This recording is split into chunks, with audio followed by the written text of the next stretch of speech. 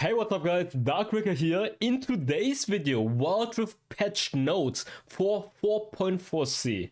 As you guys can see, Zyra is coming out soon, and we have the Sona rework. I don't even know the changes yet, so we're gonna hop right into it. We're gonna talk about all the changes and how I think it's gonna affect the meta, and how I'm gonna rate the changes, whether or not I think it's good or bad.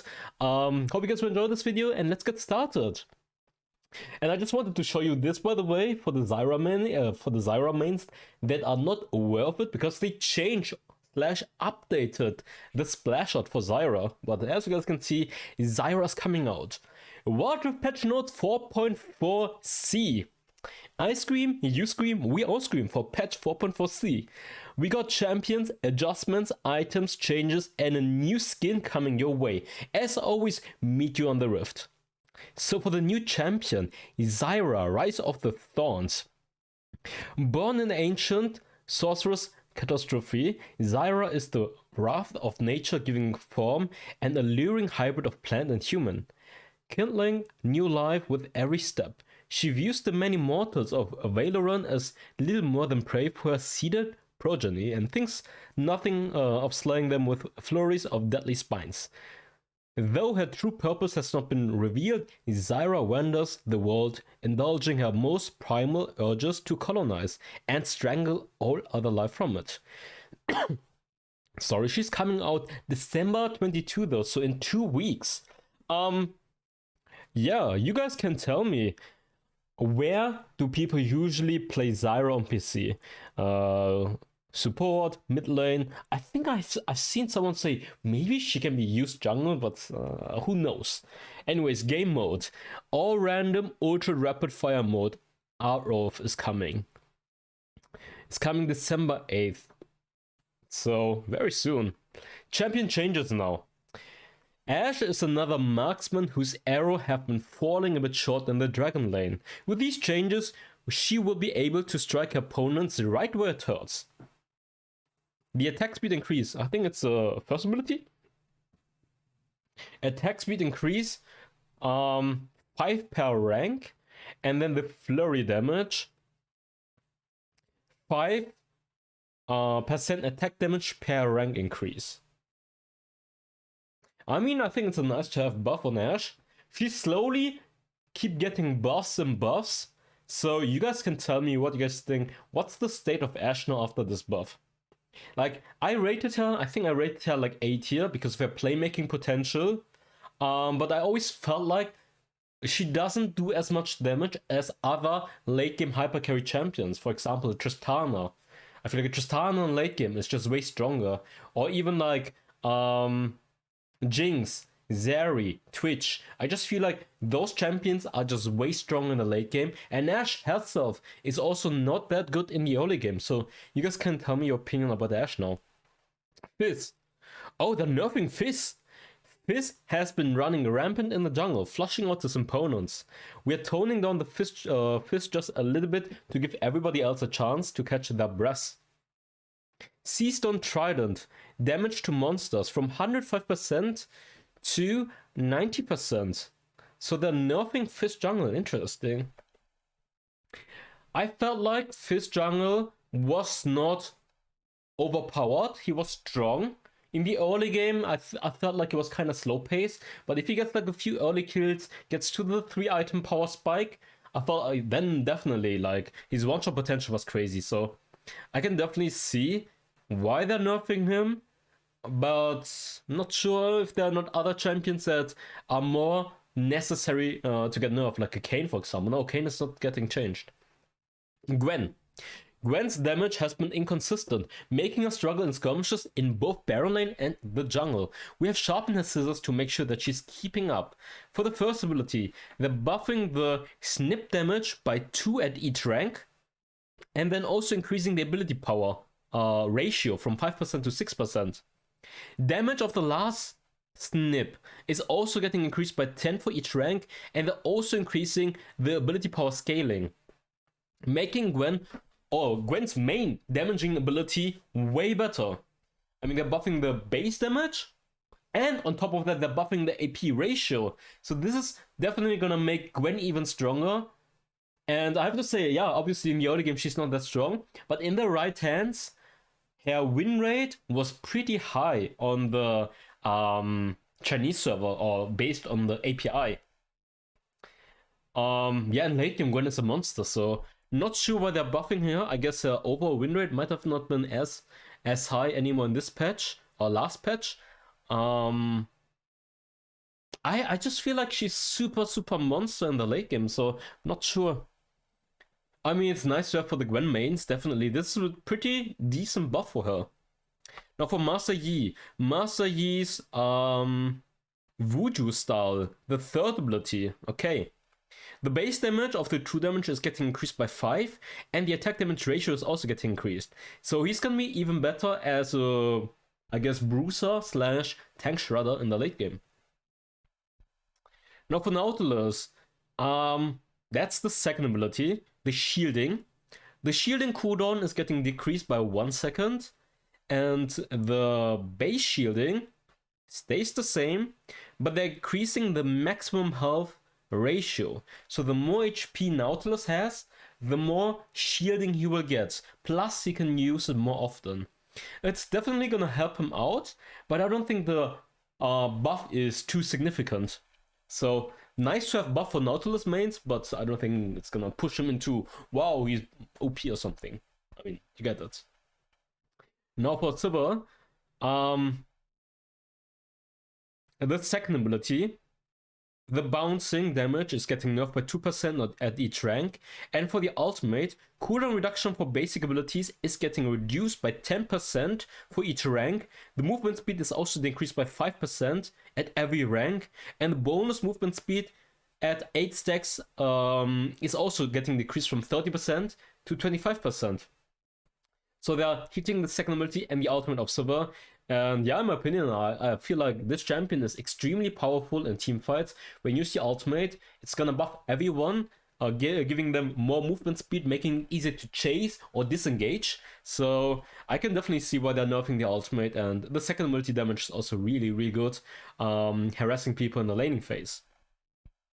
Now for Sona, we have the Sona Rework finally coming out. In our November news, we shared some thoughts from John, our product lead, regarding Sona's rework, and as promised, here are the details.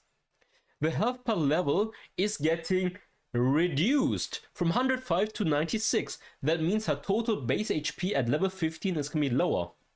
Now, Power Chord. That's a passive. Removed after casting basic abilities for 3 times, Sona's empowered attack will gain a bonus effect from the last ability she cast. New, after casting basic abilities for 3 times, Sona's next attack will be empowered, dealing 20 to 160 plus 15 ability power, bonus magic damage, stunning the target for 0.5 seconds. Casting basic abilities creates a non-stacking buff aura for 3 seconds. Okay. The thing is, since CD of basic abilities will be reduced, oh, that's the aura, I guess. And it scales with the level as well. Oh, that's good. Okay, I see. Where was I?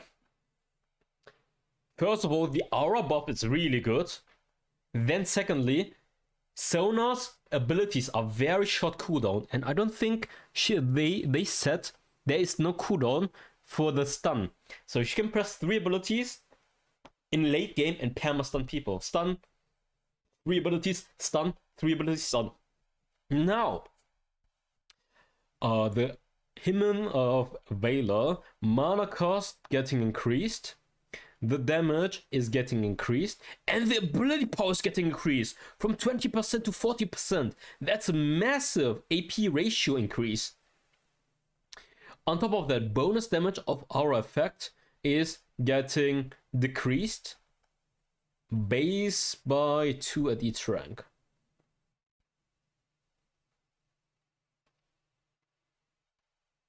But yeah, maybe Sona mid lane. Sona mid lane. She has a stun now on the passive, and her first ability is doing a lot of damage. I think that's the first ability, right? Now for the area of persona. I don't play Sona that much. I'm so sorry. Passive, first ability, second ability. That's my guess. The healing, what's the healing? I think the healing is the second ability, yes. Health regeneration. 30 is getting, oh, okay. So her utility factor is getting nerfed as a support. Increasing the health regeneration. So at each rank -10, and ability power ratio is also getting nerfed. Bonus shielding or bonus shield of aura effect is getting decreased, and the ability power ratio is also getting decreased. So it seems like they're buffing the damage of her, and they're lowering the utility, the healing, and the shielding of the second ability, since they added here a new utility stun tool on the passive. Now for Crescendo, that's the ultimate. Passive reduce 10, 20, 30% basic cooldown of basic abilities is getting removed. Removed active strikes an irresistible chord, dealing damage and stunning them for 1 second. New passive. The aura will be reinforced for 20 seconds after casting the ability, provided a higher buff effect than usual. New active. Place a chord that emits a sound wave every 0.75 seconds as it travels to the target location. The sound wave deals magic damage and stuns enemy hit for the first time for 1 second. Enemies caught inside chord are also slowed. The aura effect will be reinforced for 20 seconds after casting the ability. Oh, that's why they're... Okay, I get it.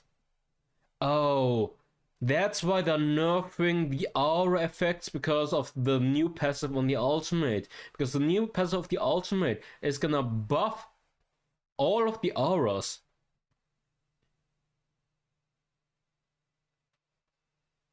And CD of basic abilities will be reduced is from the ultimate to the passive kinda. And it's scaling with your level. So the more level you have, like late game, the more cooldown reduction you will have on your abilities. 10, 20, 30. Okay, I see. Well, yeah. Okay, they just moved it. They just moved it.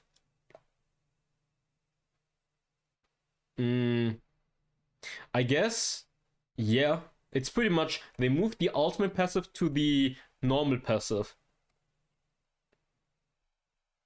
Interesting. You guys can tell me your opinion about Sona after the changes. Seems like she will have way more damage on the first ability, and she can perma-stun thanks to the passive. I think in the late game, Sona will be a monster.